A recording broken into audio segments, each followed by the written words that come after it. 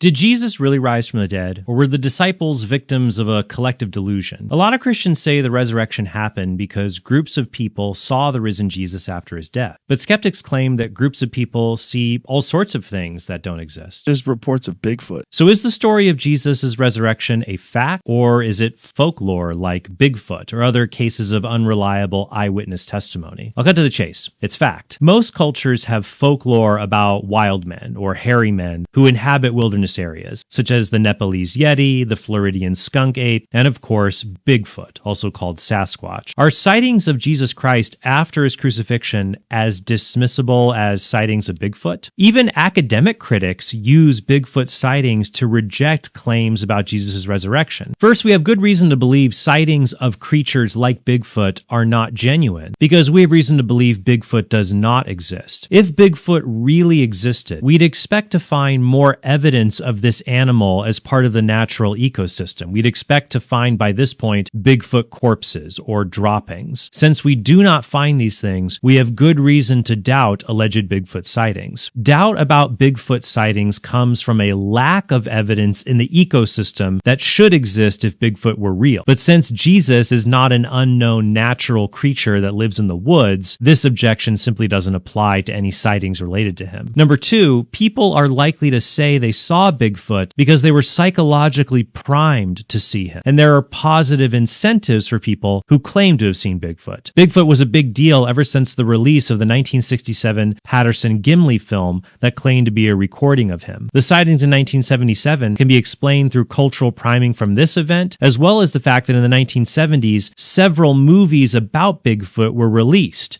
including one which aired in South Dakota the summer before the outbreak of the sightings. People who claimed to see Bigfoot were given positive attention. When the disciples preached that they saw the risen Jesus, the book of Acts says they received things like painful whippings, not positive reinforcement. And the disciples were not primed to think Jesus would rise from the dead. The Gospels show that the disciples did not understand Jesus' predictions, and they lost hope and were scattered after his crucifixion. And critical scholars like Bart Ehrman agree that the Jews did not have a cultural expectation of a Messiah who would die and then rise again from the dead. Death meant you were a failed Messiah. The resurrection surprised the disciples, as is evident in their initial dismissal of the woman's testimony about Jesus' empty tomb. Third, Bigfoot sightings can be explained as cases of misidentification, but the disciples would not have believed Jesus rose from the dead simply on some kind of misidentification of another person. When it comes to Bigfoot, in many cases, people misidentify natural things like shadows in the woods, an animal like a bear standing upright, or hoaxers.